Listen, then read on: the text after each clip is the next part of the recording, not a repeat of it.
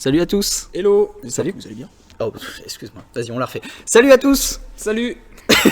Ça va, Paul? Ça va et toi? Ouais, ça va très très bien, ouais. On va passer un petit moment ensemble et c'est notre avant-dernier live de l'année. C'est pour ça que t'as mis ton joli pull de C'est Noël. pour ça que j'ai mis mon joli J'espère que pull. ouais, de ça Noël. clignote bien, on le voit bien quand même. C'est vrai, on le voit. Ouais, je pensais que ça allait pas se voir, mais en fait si, cool. Si, ça se Ça voit marche un à peu. pile, ça se recharge. T'as une petite prise USB qui est Non, branchée. c'est de la LED. Et tu sais que je l'ai acheté hier soir. Il fallait absolument. On arrive. Hein. Je voulais aller faire les courses, tu vois, pour me racheter un blouson. Et je suis tombé là-dessus, j'ai craqué. Pourquoi on est en live ce soir, Paul? On va parler de stream, de PC pour stream. Qu'est-ce qu'il faut pour streamer, tant on soit au niveau des pièces, logiciel, connexion internet. En gros, c'est l'environnement dont on a besoin pour streamer à peu près correctement Exactement. et faire du contenu qualitatif. Eh oui, on va parler de logiciels de stream, on va parler donc tout ce qui est réglage, on va faire un montage d'un PC. Ah oui, c'est vrai. Let's go. De quoi on va commencer à parler? Connexion. On peut parler connexion si vous... Alors d'abord, est-ce que vous streamez? Est-ce que vous avez des questions par rapport au stream, au logiciel de stream, à la connexion qu'il faut? Parce que je sais pas si vous avez remarqué, mais c'est un peu ce qu'on est en train de faire quand même. Oui, C'est idiot, hein, mais... on est en train de streamer. Oui, c'est quand même un peu le but. Sauf que nous, on n'est pas tout seul devant notre PC. Hein. Il y a 4 personnes. Il y a Julie qui est CM ce soir et Stan qui Stan à la régie. qui Ouais. fait l'ARIA, qu'on a viré à l'occasion du dernier live. Mais voilà. Il s'incruste. J'avais besoin d'un réalisateur ce soir. Donc voilà. Est-ce Go, que go. pour un PC de stream, il faut obligatoirement une config à allez, 5, 6, 7 Ah non. 1000 euros? Ah non, clairement pas. Je sais pas d'où tu sors ça, Kevin, mais c'est d'une ânerie. Hein. Non, non. Ça peut être une idée reçue. Ouais, je non, vois c'est pas mal pas- de gens se dire tiens, je vais injecter tout mon budget dans mon PC, et je vais mettre 2000, 3000 euros dans mon PC, et là je vais pouvoir streamer, tu vois, comme un cador. Ah bah oui, c'est sûr que tu vas streamer comme un cadre de ouf. Hein. Et puis même 2-3 streams en même temps. Non, il y a clairement pas 4. besoin. Un bon PC bien équilibré, je dis qu'à partir de 1000 euros, on a déjà moyen de s'en sortir déjà très correctement. Ouais. Très très correctement. Alors peut-être pas avec tous les détails au max sur les jeux les plus exigeants, mais voilà, pour du stream standard, avec une qualité moyenne sur des jeux récents, du moment, il n'y a pas de souci quoi. Par contre, si c'est du Overwatch ou du Counter-Strike, bon, là, tu peux y aller en mode pleine balle, c'est bon, il n'y a aucun souci. Pour ces jeux-là, une machine à 500 euros suffit. Alors pour le jouer, oui, pour streamer en même temps, je pense que ça va peut-être un peu compliqué. Le quoi. CPU va tirer un non, peu la tronche. je pense que ouais, un seuil à 1000 euros, un seuil médian 1000 euros, c'est bien. Mais clairement, pas besoin d'investir des milliers et des cents. Vaut mieux mettre 1000 euros dans le PC, s'acheter une bonne webcam ou un réflexe carrément. Parce qu'après, il y a tous les accessoires pour le stream. Faut le matos derrière, hein, bien sûr. Donc il n'y a pas que le PC. Hein. Parce que si t'as que le PC, ouais, tu streams, mais t'as pas de feedback, t'as pas de son, t'as pas de retour. Enfin bon, ça sert pas à grand chose quoi. Pour la machine de ce soir, du coup, qu'on a monté avec AMD Kingston et HyperX. AMD Kingston et HyperX, on est parti sur un prix qui est médian. Ouais. On a une machine à 1452,69 € OS inclus. Oui, avec Windows. Du Ouais. coup, qui coûte déjà une petite somme. Donc, sans Windows, on serait aux alentours des 1003 à peu près, de ce Ouais. que j'en vois. Donc, ouais, une bonne machine médiane plus, je Ouais. dirais. Un bon médian plus. Donc, avec ça, tout va, aucun souci. Quelle est l'importance d'un couple CPU-GPU pour le streaming? Du coup, donc pour afficher ton jeu et en même temps le balancer sur... l'encoder. Ouais, pour l'encoder. Bah oui, il faut effectivement une machine équilibrée. J'entends par là qu'il faudra pas avoir une carte graphique trop puissante et un processeur trop faible, et vice versa. C'est bien d'avoir quelque chose d'équilibré, tout en sachant qu'on a toujours moyen de se débrouiller pour l'encodage du stream. Et on va en parler un petit peu après pour l'histoire des codecs, Ouais. où tu peux utiliser ta carte graphique pour encoder ton flux vidéo, et là ça carbure à mort avec les nouvelles cartes Nvidia, c'est hyper performant. Mais- AMD a sorti une équivalence du coup qui est tout aussi bonne maintenant, mais il n'y a plus besoin de s'embêter à encoder en hard 264 sur son CPU, où là bah ouais, le processeur il prend une tarte comme si on faisait du montage en fait. Ouais, les deux facteurs importants pour streamer, on en a parlé, c'est... CPU et GPU. Ah, moi j'étais plus sur la machine et la connexion. Ah oui, oui, bah oui, oui. On n'a pas parlé de effectivement. connexion encore. Non, exact, c'est ça. Ouais. A3 XSplit ou Streamlab, à votre avis? Moi je stream sur XSplit. Après tu vas avoir différents logiciels. hein, Ouais, sous- exactement. XSplit qui est payant d'ailleurs. Exact. C'est Effectivement, 5 $ par mois 5 pour la $ par version mois. payante. Ouais, bon, 5 $ par mois, ça va, c'est vite amorti. Ouais. Mais ça vaut le coup par rapport au OBS, qui est un truc plutôt gratuit et que tout le monde connaît en fait. Alors, t'as des différences, forcément. La différence, nous on le voit, vous le voyez pas. Le XSplit est très ergonomique, très clair. C'est du plug and play, hein, sur les scènes. Et je pourrais peut-être vous le montrer avec la paluche. Je vais vous montrer mon écran de retour. Regardez. Stan. Ah, nickel. Oh, l'infini. Vous avez vu ça? Donc sur la droite, vous avez les scènes. En bas, la timeline reprend tous les plans qu'il y a à l'intérieur d'une scène. Et vous avez le son C'est trop stylé. à gauche, le son donc du micro, et à droite, le son du PC. Donc qui était pour la petite vidéo qu'on a passée devant. Et voilà. Donc voilà à quoi ça ressemble. C'est très clair, très limpide. C'est plug and play quoi. Et pour toi, ça vaut les 5 euros ou 5 dollars par mois? Pour moi, ça les vaut. Je suis habitué à des logiciels professionnels, du coup, qui sont très comme ça, très clairs, très limpides, intuitifs et tout ça.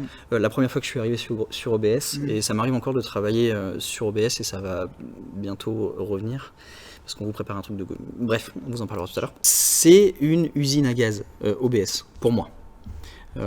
C'est vraiment obscur, il y en a partout. Voilà, après c'est une question de goût. Moi j'ai mes habitudes maintenant sur XSplit, donc voilà, pour moi c'est la meilleure des solutions. Ok. Mais après, voilà, hein, sur un stream, les gens ne voient clairement pas la différence. Ouais, c'est plus pour le streamer en lui-même et son... Oui, les habitudes de travail, Ouais, tout simplement. d'accord. Après, il y a Streamlabs OBS qui lui intègre encore différents plugins avec des alert box, avec l'affichage du chat sur l'écran. En temps réel, ouais. Ouais. C'est cool ça. Donc ça, c'est des plugins qui existent aussi sur XSplit et sur OBS. Mais Streamlabs OBS le fait aussi. On enchaîne sur la co. Et on enchaîne sur la co. Tiens, regarde, première question de Westmal. Qui est tout en haut. Ouais, avec du mon coup, c'est la deuxième partie de la question en fait. On a répondu sur sa conf. Ah oui. Juste en dessous. Ouais. Là, en regardant le stream, j'ai 13.5 ascendant et 0.75 mégas descendant. Ouais. Alors, 0.75, on peut se dire que c'est chaud. Alors déjà, c'est descendant. Ça doit être l'inverse. Ouais, ce qui va être important pour le stream, c'est forcément ce que tu envoies. Ça, c'est ce qu'on reçoit. Donc, quand vous téléchargez un jeu... Quand tu regardes une vidéo sur YouTube voilà. ou une connerie, en fait. Exactement. C'est ce que le PC reçoit. Ouais, en fait. Ouais. c'est ça. Et maintenant, l'envoi, c'est ce qui permet de streamer. C'est ce qu'il envoie. C'est le contraire, en fait. Exactement. Ce qu'il envoie sur le serveur au lieu d'aller récupérer sur le serveur. Donc là, on a un up qui est largement supérieur au down de ce que j'envoie, du coup. T'as vu ça? On est bien lotis, là. Ouais, j'avoue. On est en fibre. Bon, alors, Westmal, toi, c'est pas ton cas. Mais, pour autant, tu peux streamer quand même. Et si on regarde la règle, du coup, que tu as établie, tu penses qu'on peut faire quel type de qualité avec une connexion pareille? Un stream en 720p, avec un bitrate de 450 kg, et tu peux le faire en résolution en 720p. Ok.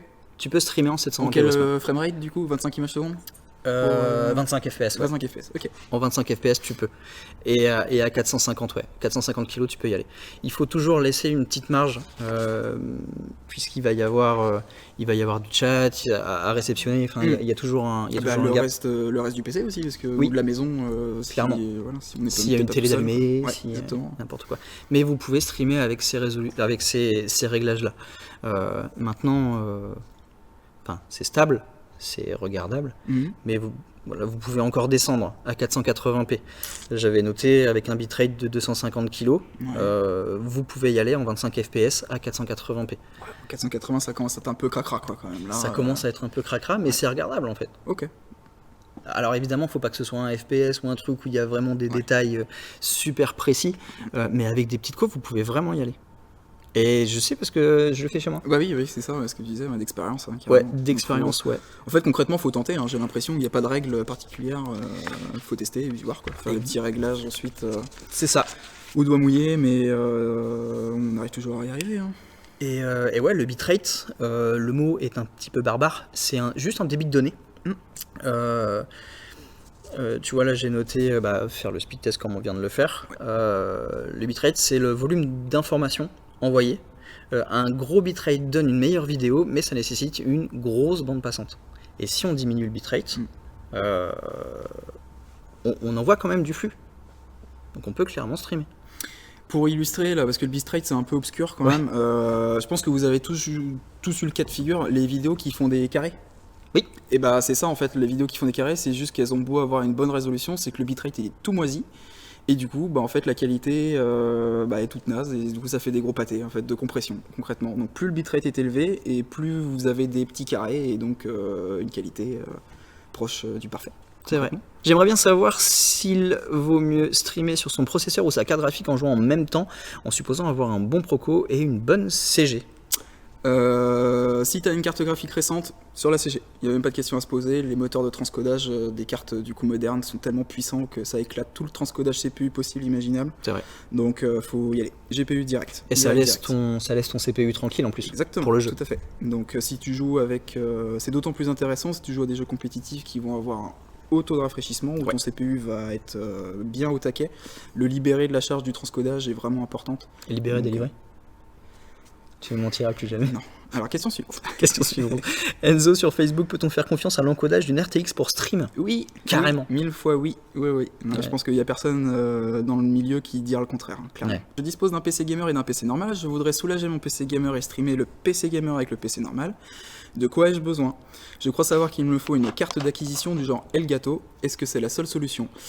Alors j'imagine que non, c'est pas la seule solution. Néanmoins, c'est celle qu'on va tous te conseiller parce que je pense que c'est la plus simple à mettre en place. Une carte d'acquisition, en fait, c'est une carte fille qui vient se brancher sur la carte mère, qui va récupérer un flux vidéo avec un câble HDMI ou DisplayPort, et donc va pouvoir attraper entre guillemets la vidéo et l'enregistrer en fait sur le PC en local. Exactement. Et ce PC local va se charger de la partie transcodage. Donc c'est effectivement la meilleure des solutions, pas forcément la plus simple parce qu'il faut 2 PC, il faut déjà avoir la place et le budget. Donc, après, si on a un vieux PC à recycler, ça peut être pratique. Ça, j'avoue, parce qu'il n'y a pas besoin, quand on ne fait que ça, il n'y a pas besoin d'un gros PC pour faire de l'encodage vidéo. Même un vieux i5 de série 4000 qui a 4-5 ans, ça passe. Donc ça, c'est une bonne idée. Mais ouais, pour moi, il va te falloir une carte d'acquisition. À ma connaissance, il n'existe pas de solution plus simple. Il doit en avoir, mais je sais pas. Non, et puis après, tu as des boîtiers. J'en profite juste pour remercier Vapam pour le sub. C'est super sympa, merci beaucoup. Et tu as différents... Donc là, du coup, c'est des boîtiers... externe, c'est Elgato qui fait ça aussi, donc pour tout ce qui est console. Exact. Oui, j'ai pas pensé. En USB. Ouais, t'as du HD60, HD60S, HD60S+, qui sont des boîtiers, donc on se branche dessus en HDMI, le flux repart directement en USB, et sur votre PC, vous pouvez gérer votre scène comme ça, en fait, pour récupérer le flux. Pour tout ce qui est flux vidéo, donc là, par exemple, vous avez vu tout à l'heure mon PC portable. Le PC portable est connecté à un Camlink, qui est un petit... C'est vraiment minuscule, c'est une clé USB en fait, on branche en HDMI et voilà, vous avez le flux comme ça. Ça peut être pratique pour brancher justement des caméras, c'est un peu le setup qu'on a, un peu de choses près sur le plateau, où ce sont des appareils photo numériques. C'est quoi, c'est des GH4 que t'as? Ouais, 2 GH4. Donc oui, ils sont branchés en USB, HDMI puis USB sur la tour pour récupérer le flux. HDMI et carte d'acquisition interne. D'accord, ok.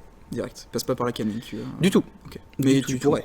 Je pourrais, clairement. Tu pourrais okay. Oui, je l'ai déjà fait. Je vois la question de Tom. Pour streamer, faut-il 2 écrans? Bon, fondamentalement non, mais c'est quand même largement mieux. Ouais. Après, t'as un téléphone portable, t'as l'application Twitch. C'est vrai. Tu peux avoir le chat sur ton application et toi avoir ton jeu. Après, oui, évidemment. C'est pas nécessaire, c'est quand même vachement confortable. Ouais, c'est confortable. C'est le truc quand même, c'est très conseillé. Voire même plus d'écran encore, tu peux avoir ton écran de jeu, ton écran de monitoring, ton écran de retour, tu peux... Ton écran de chat, il y a des streamers qui ont 2-3 écrans. OBS peut-il servir pour se mettre en scène et faire un enregistrement pour publier la vidéo plus tard? Absolument. Tous les logiciels de stream. On peut faire du local recording, et donc le mettre la destination sur son PC. Ensuite, vous récupérez votre vidéo et vous faites votre montage. C'est quoi le meilleur micro pour stream? Kiwi. Tu dois en avoir plein. J'ai envie de dire Blue Yeti, regarde comment il marche bien. Le Blue Yeti est vraiment pas mal. Ouais, carrément. Ensuite, on a plein. Hein. T'as HyperX qui en fait très très bon aussi. T'en as pour tous les prix et tout à Ouais. boire et à manger. Hein. Ça commence à 50 € et puis t'en as plusieurs centaines, donc ça dépend vraiment de la qualité que tu recherches. Quoi. Si t'es pas cantatrice ou ténor, bon, ça sert pas à grand chose à mon avis d'investir dans du matos ultra haut de gamme. C'est vrai que le HyperX, le quad, je me rappelle plus de son nom, il a un nom étrange. Bref, le rouge et noir. Le rouge. Rouge et noir. Je le fais pas. Bref, il y a un micro HyperX dont j'ai oublié le nom, malheureusement, c'est quad quelque chose. Il est vendu aux alentours de 100 €, il me semble, et on est sur quelque chose qui d'après les reviews et les utilisateurs, est vraiment bien. Donc, après, vouloir plus, pourquoi pas, mais il faudrait qu'il y ait un besoin qui soit très précis. Ouais. Et là, honnêtement, comme ça de but en blanc, je saurais pas dire lesquels, concrètement. Quel est le meilleur endroit pour streamer? YouTube, Facebook, Twitch? Ça dépend ce que tu fais, Ben, je pense. À partir du moment où tu as trouvé ta communauté, ce sera le meilleur endroit. C'est pas faux, mais tu peux aussi viser, t'as une Viser idée la de la lune. communauté. Ça ne te fait pas peur? Hein? Je suis du Hamel Bent, je suis désolé. D'accord, ok. Ouais, il y a Mixer aussi. Il y a 36 personnes sur Mixer, ça peut être sympa de toucher ces 36 personnes. Oh, le troll gratuit. Pardon. T'as un ninja, il doit faire. Je suis désolé. Il se retourne. Mais non, mais en fait, faut streamer sur là où t'as envie, sur les gens qui accrochent ou pas. En fait, faut tester. À la rigueur, rien ne t'empêche de streamer sur les 3 plateformes en même temps si t'as la connexion qui va bien derrière. Et puis tu testes. Et puis là où ça mord, t'y restes et tu continues. Tu crées ta petite communauté avec les gens qui t'aiment bien, que t'aimes bien. Voilà, faut tester. Il n'y a pas de bon ou de mauvais choix en fait. Non. De but en blanc. Et faut faire ça pour t'amuser. Oui, parce que avant tout. Si tu t'amuses pas, ça va vite se voir et les gens ils vont pas venir te voir. Donc Exactement. ça c'est vraiment hyper important. Si tu vois une question, on y va. Sinon, et on attaque le montage. Base AMD Oui, base AMD. avec processeur Ryzen 5. Exactement. 3006, donc milieu de gamme actuel de chez AMD, mais milieu de gamme qui tabasse. Donc c'est clairement le meilleur rapport qualité-prix de la gamme, et même rapport qualité-prix, tout processeur confondu pour moi à l'heure actuelle. Parce qu'on est sur un target qui est à 240 € je crois. Et pour ça, on a Seeker qui carbure à mort avec Combien de de threads l'hyper trading, donc 12 threads. 12 threads. Donc chaque cœur se dédouble pour virtuellement 2 fois plus de puissance, même si dans la pratique c'est pas aussi simple que ça. D'accord. Carte mère, Gigabyte sur une base, effectivement AMD, hein, donc AMD c'est le socket avec tous les petits trucs qu'on voit. Gigabyte avec la marque Aorus, hein. Aorus qui est la déclinaison gaming du coup de chez Gigabyte au même titre que ROG ou La Strix B450. chez Asus. Exactement, B450. Carte micro ATX de par son format, néanmoins ça a beau être une carte plus petite que la moyenne, il y a tout ce qu'il faut. 4 emplacements mémoire, évidemment l'emplacement pour le processeur, là ça marcherait moins bien. 2 emplacements pour carte graphique, l'emplacement pour le SSD NVMe. enfin M2. Ah oui, M2. à chaque fois on va. M2, NVMe ou SATA. Oui. Une ribambelle de prise USB, des connecteurs vidéo également si jamais vous aviez un processeur équipé d'une puce graphique, ce qui n'est pas le cas du modèle qu'on va installer ce soir. Donc les puces vidéo ne seront pas actives Salut dans Jessia. notre cas de figure. Et puis après tout le reste des connecteurs internes, je vous passe les détails, c'est pas forcément hyper intéressant. Bon, let's go. On va commencer. On commence par les barrettes mémoire. Du coup, Les barrettes mémoire. ouais, on a du HyperX ce soir. On va avoir des barrettes RGB. Ce sont des Fury RGB en 2x8. Et c'est du 3200 MHz de ce que j'en vois. Donc 3200 MHz, c'est ce qui est intéressant et ce qui va de pair avec le processeur de ce soir, qui est un 3200. Processeur 3200 fonctionne forcément avec des barrettes en 3200. J'ai dit quoi? Processeur 3600 fonctionne avec des barrettes en 3200. Voilà. Là, T'as c'est dit pas 3200 et t'allais dire 3600. Clic, clic, la première. On respecte toujours, messieurs, dames, le dual Le channel. dual channel, donc en quinconce, c'est-à-dire qu'on fait. Parce on que va peut-être pas le voir. on va dans le ce sens-là, montrer un petit carrément. peu comme ça. Donc, je le mets pas sur le premier, je le mets sur le deuxième, je le mets pas sur le troisième, je le mets sur le quatrième. C'est très important pour respecter effectivement le dual channel. Le dual channel, c'est la capacité du processeur à gérer 2 barrettes mémoire à la fois, ce qui théoriquement permet de doubler la bande passante, donc d'avoir un PC plus réactif, bref, performance plus. Concrètement, c'est la règle d'or, c'est toujours en quinconce, avec le premier emplacement à côté du processeur libre et après 1 sur 2. D'accord. C'est valable sur, à ma connaissance, quasiment toutes les plateformes, même les plus extrêmes. Donc, je vais vous amener un petit peu plus près. Ouais, vas-y, rapproche-toi. Les amis, ça ce sont mes doigts. Regardez ça. Ouh, c'est beau. Le doigt Chanel. Donc si j'avais fait n'importe quoi, j'aurais fait l'inverse. J'aurais mis sur le slot 1 et 3. Ça a une importance? Vraiment? Si on se trompe. Non, la machine va fonctionner, okay. Mais pour le coup, en fait, c'est pas prévu pour. Dans le meilleur des cas, enfin dans le pire des cas, ça marchera peut-être pas. Bien que j'ai jamais eu l'expérience de ça. Tu vas avoir par contre un message d'erreur au démarrage de ta carte mère, de ta machine qui va te dire t'es pas au bon endroit, Coco. Donc mets-toi au bon endroit et puis ça marchera beaucoup mieux. Alors après, mise en place du processeur, on va du coup. Je vais peut-être vous rapprocher encore une fois, un petit peu. Bah écoute, reste à côté, hein, Kiki. Ouais, t'inquiète ça. Alors, système de fixation AMD où il y a franchement rien de plus simple. On lève le petit loquet métallique sur le dessus, hop, on voit ça bouge. Ça bouge un petit peu, hop, on le laisse relever. Ensuite, on prend notre processeur qu'on sort de sa petite boîte qui est protégé. Processeur qui est, on disait tout à l'heure, qu'on vous présente ce soir grâce à AMD. Merci à eux, exactement, tout à fait. Donc processeur Ryzen 3600, c'est gravé dessus au laser. Donc si jamais vous avez le moindre doute, on lit 3600. Focus petite paluche s'il te plaît. 45 cm. 45, je suis trop près. Voilà, 3600. Oui. Y a plein d'infos sur les processeurs généralement qui sont gravés dessus. Il y a le lieu de fabrication, le numéro de série, la révision, le QR code, je sais pas sur quoi il renvoie. Oui, faudrait tester. J'avais jamais fait attention. Non, j'avais jamais fait gaffe non plus. Et sur les processeurs AMD, les pins sont côté processeur. Donc, combien il y a de pins sur un processeur? Ça dépend. Ça dépasse. Effectivement, évidemment, ça dépasse. Ça dépend des processeurs. Là, comme ça, de but en blanc, franchement, je sais pas. Chez Intel, c'est facile parce que le nombre de pins qu'il y a sur la carte mère correspond au numéro du socket.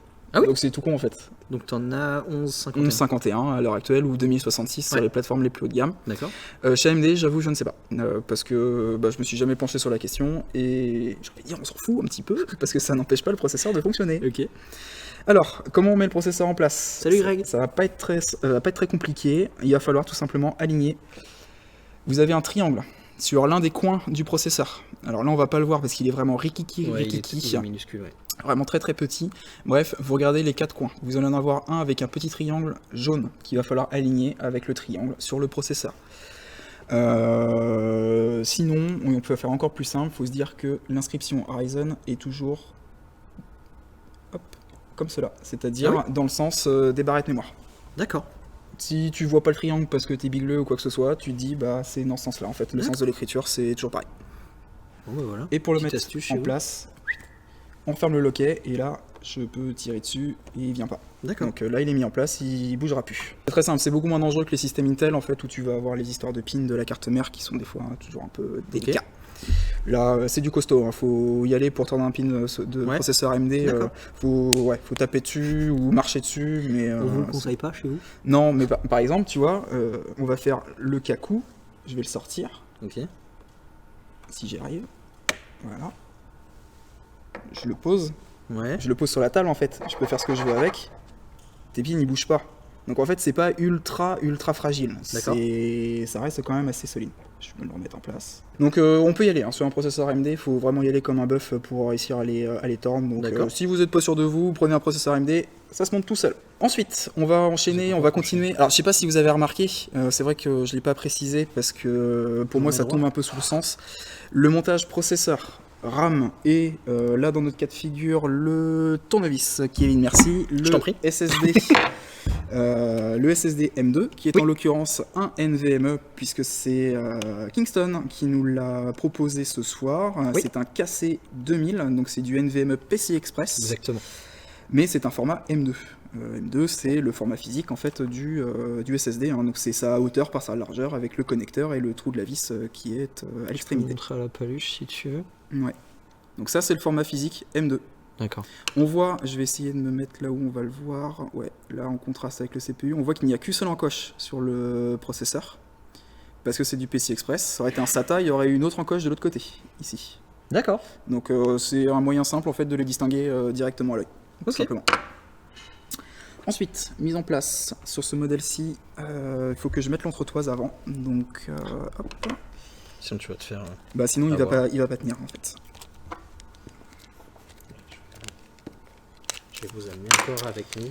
Donc les petites entretoises, pour maintenir le SSD, c'est toujours fourni avec la carte mère. C'est à ma connaissance rarement fourni avec les SSD. Je crois qu'il y a Crucial qui les fournit et encore je suis même pas sûr. D'accord. Donc à ne pas perdre parce que si on le paume, bah ça se retrouve pas en fait ailleurs que d'en racheter une nouvelle carte mère. Sinon vous nous appelez, vous appelez le service client et vous demandez.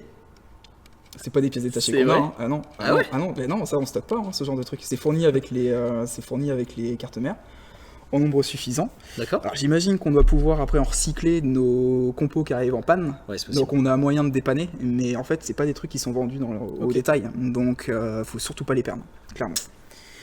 Hop, donc ça tient. Donc la petite entretoise qui va permettre de faire appui, tout simplement, pour le SSD. SSD que je vais mettre dans son encoche. Je vois que dalle. Ouais, excuse-moi, je prends toute la place.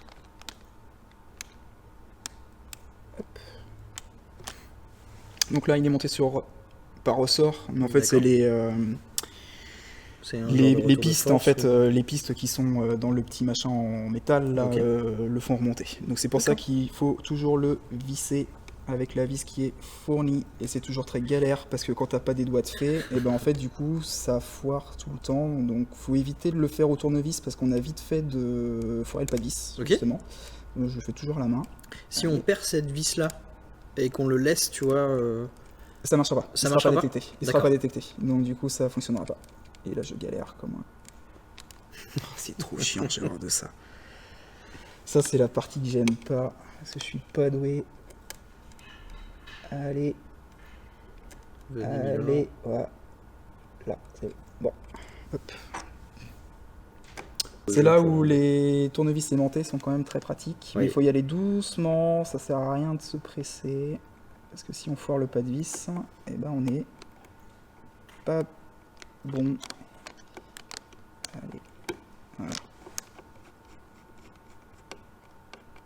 Hop. c'est minuscule quoi. C'est vraiment pas gros. Ouais. Donc, et c'est surtout, oui, c'est facilement perdable en fait. Et c'est ça qui est un peu rageant. Je remets ça. Hop.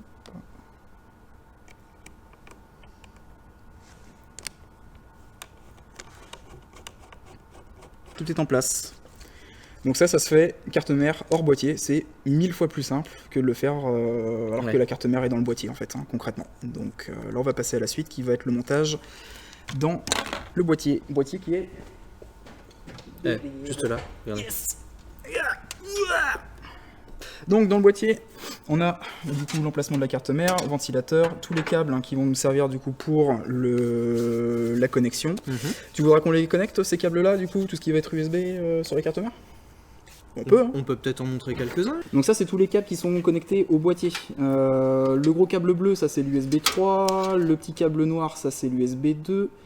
Le câble que j'ai là, ça c'est le câble SATA qui doit certainement servir pour les LED du boîtier, parce qu'il y a une bande de LED du coup en façade.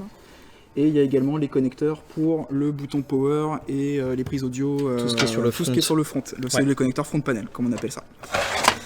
Hop. Hop. Je suis en train de me dire que j'aurais peut-être dû monter le rad avant, ça aurait été plus simple, mais trop tard. Maintenant que je suis rendu là, on va continuer. Vous pouvez monter en fait le ventirad aussi avant de mettre la carte mère dans le boîtier. Des fois c'est plus pratique, ne serait-ce que pour positionner la carte mère, en fait tu la tiens par le rad. C'est aussi simple que ça. Hop, donc ça concrètement ça sert à quoi? Ça sert à isoler le boîtier des connecteurs USB et audio de la carte mère qui sont de ce côté-là. C'est pour éviter que ça fasse court au jus. C'est aussi simple que ça. Hop, positionnement. Il faut viser droit. Très à gauche. Positionnement, ça m'a fait penser à ça. Ok. Là, t'as tellement de références que je capte même pas, Kevin. Je te montrerai demain au bureau. Et du coup, hein, oui, on l'a pas montré sur la carte mère, on l'a montré sur le boîtier, mais les entretoises viennent s'aligner sur les trous qu'il y a ici sur la carte mère. Exactement. C'est pour isoler la carte mère du boîtier, en fait. Parce que métal contre métal, généralement, ça n'aime pas trop, surtout quand t'as du jus qui passe dedans. Il y en a juste là, ici, deux par là, et une en dessous. Hop. Kiwi nous dit la concentration. Bah, en fait, j'étais pas sûr que ça passe, mais ça passe juste à côté des barrettes mémoire, et fallait pas qu'elle soit plus haute parce que sinon on l'avait dans l'os. Comment savoir l'alimentation nécessaire pour sa config? Tu appelles le service avant-vente de matériel.net. Déjà, de une, ouais, carrément. Nous, au jugé, en fait, on a l'expérience nécessaire pour savoir ce qu'il faut. C'est pour ça que quand je vous disais pour cette machine-là qu'il fallait pas moins, bah, c'est qu'il fallait pas moins. Néanmoins, en fait, il y a des sites qui te permettent de quantifier ça correctement. Le plus connu, ça va être... Outer Vision. Exactement. Outer Vision. Sinon, vous avez des sites de constructeurs, genre MSI. Je crois que chez Corsair aussi, tu peux avoir un petit utilitaire qui te permet de le faire. Moi, Outer Vision, j'ai toujours utilisé celui-ci, quand j'avais pas l'expérience nécessaire pour savoir ce qu'il fallait de base.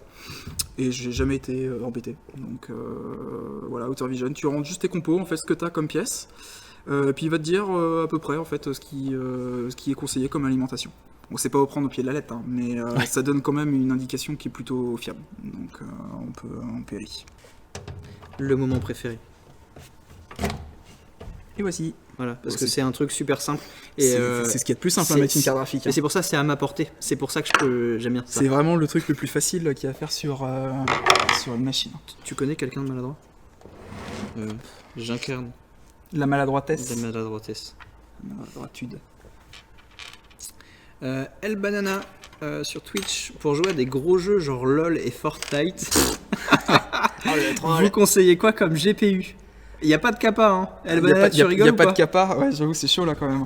Je conseille quoi comme GPU? Bah, les GPU intégrés au processeur Ryzen, par exemple. Donc sans carte graphique. Alors, sur du Ryzen, oui, c'est pas sur du Intel. Oui, pas sur du Intel. Pas sur du Intel, parce que là, ils sont un peu trop faibles quand même.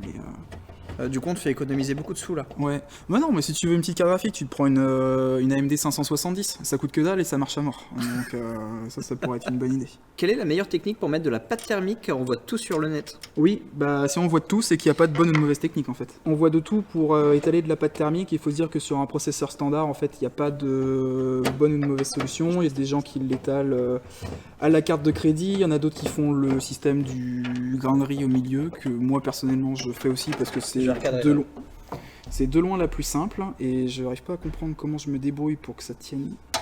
Ah non, ok, d'accord, c'est juste pas solidaire. Par contre, sur des gros processeurs style Threadripper, où là oui, tu vas avoir une méthode plus adaptée parce que le processeur en fait est pas un processeur grand public, mais sur un processeur standard, tu fais ce que tu veux. Il n'y a vraiment pas de bonne ou de mauvaise solution. Si tu veux mon conseil, fais simple, grain de riz au milieu, t'étales avec le rad et puis après la chaleur fait le reste. Si vous voulez aller voir, hein, il y a sur la chaîne YouTube matériel.net, on a plein de vidéos de montage PC et du coup vous allez pouvoir voir nos monteurs en train de monter des PC. Hop. Donc il y aura plein de techniques comme ça. Il y a aussi une vidéo d'ailleurs qui explique de A à Z comment monter son PC. Voilà, vous allez la trouver. Et voici. As-tu fini? Bravo Paul. Bon, j'ai mis 2 fois plus de temps et on n'a pas fini. Mais on applaudit Paul dans le chat sur Facebook et Twitch s'il vous plaît. Et voilà. Et en plus la lime du coup, elle est dans le bon sens parce que c'est marqué. C'est vrai. MWE Gold 550. Tu vois, c'est ouf. Ouais, si je l'aurais mise dans l'autre sens, ça aurait été écrit en vert. Bravo Stan. Donc voilà, un petit boîtier, ma foi, fort sympa. Ouais. J'aime bien parce que je m'attendais à rien et j'ai été vraiment surpris en fait. Voilà, c'est bien. C'est bien, il y a de la place. Il y a juste histoire de cage à disque dur qui m'a un peu pris de court, mais c'est tout. C'est le seul piège en fait, concrètement dans lequel je suis tombé. AMD Ryzen 5 3600. Exactement. Et AMD, donc qui nous accompagne sur ce live, côté CPU, mais également côté GPU, ouais. Avec la Radeon RX 5700 XT. Donc là, on a choisi un modèle de Gigabyte qui est la Gaming OC. Oui. Et nos deux autres partenaires pour ce live sont Kingston, côté SSD, exactement, et HyperX, du coup côté barrette mémoire. Donc côté SSD, on avait un KC2000 500 Go. Oui, exactement. Et pour les barrettes mémoire, c'était des Fury RGB en 2 fois 8 Go. 3002. 3200 MHz, casse 16. Pour le reste des compos, il y a un Be Quiet Pure Rock. Et continuer parce qu'il y a des trucs qui méritent le C'est poil, vrai. donc je continue en même temps. Pour la carte mère, c'est une Gigabyte B450 Aorus M. On a oublié le boîtier qui est un Antec DP 301M. Oui. Et je crois que j'ai tout dit. Eh bah écoute, oui, le système de refroidissement Be Quiet, tu l'as Oui. mis. Ok, bah écoute, je pense que tout est là. Je crois que j'ai tout dit. Ouais, carrément. Pas de disque dur dans cette machine, pas Non. besoin. À l'époque où tout est, enfin, à l'ère où tout est dématérialisé, honnêtement, on se passe très bien de gros stockage, à part pour sa bibliothèque Steam, et encore. Donc, disque dur, ça se fait de moins en moins. Et je rappelle le prix de la machine parce que je ne l'ai pas donné. Ouais, 1450, c'est ça 1452,69 € avec Windows 10 installé. Oui. Voilà. Exactement, vous retirez 150 € à peu près sans Windows. Ouais. Et avec cette machine-là, vous pouvez jouer et streamer à la fois. La preuve en est avec la commande gaming, je crois que c'est ça, commande gaming, et c'est un live qu'on a fait hier avec Denis. Exactement, qu'on a fait hier avec Denis, avec ce PC qui était monté du coup par notre atelier, sur lequel on a installé Call of Duty, Modern Warfare, et on a fait des parties pour voir tout ce qui était benchmark au niveau de la, au niveau des FPS. Merci à tous de nous avoir suivis. Voilà, je te fais des bisous. Gros bisous. Bisous à vous. Bisous à tout le monde. À Et très puis vite, merci encore d'être GG au passé. gagnant et merci au Marc. À bientôt. Salut, Bye. salut.